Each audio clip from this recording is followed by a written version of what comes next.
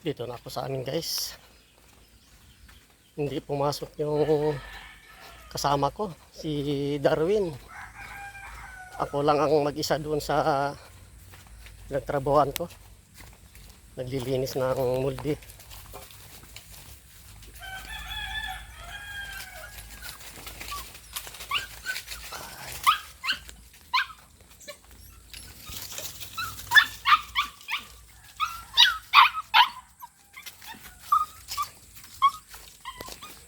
Pumasok kaninang umaga. Tapos nang naglinis ng mixer kaninang umaga alas 7:30, bandang alas 8 umalis, hindi nagpaalam sa akin kung saan siya punta. Hindi man nagsabi na aalis siya. Wala. Hindi napasok si Darwin. Oh, kulit mo. Hindi na umalis si Darwin doon umaga pa, mga alas 8. Hindi naman siya nagpaalam sa akin kung saan siya pupunta. Yung nabalitaan ko na nagpapahilot daw. Napunta doon yung yung babae, yung sekretarya.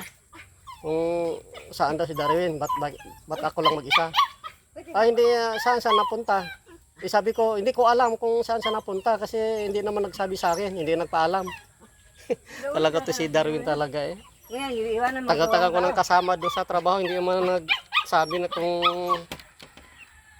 aalis siya o kung saan ang pupunta niya eh. Hindi naman siya nagpaalam eh. Nang paalam sa area na kung saan si Darwin. Hindi ko nga alam eh. Kasi nagbihis siya, katapos na niya naglinis doon sa mixer, nagbihis siya, hindi naman siya nagpaalam sa akin kung saan siya pupunta.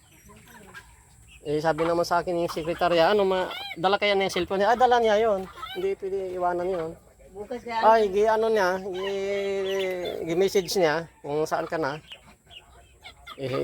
Ako lang nag-isa doon eh, naglilinis eh. Yun pala, nagpahilot pala yon. Nagpaalam sa akin. Natapos na yung nagawa ko dito guys. Trapal na lang ko lang dyan. Lalagyan ko lang. Katapos ko lang kahapon naglagay ng kawin sa taas para malagyan ng trapal yung bubong.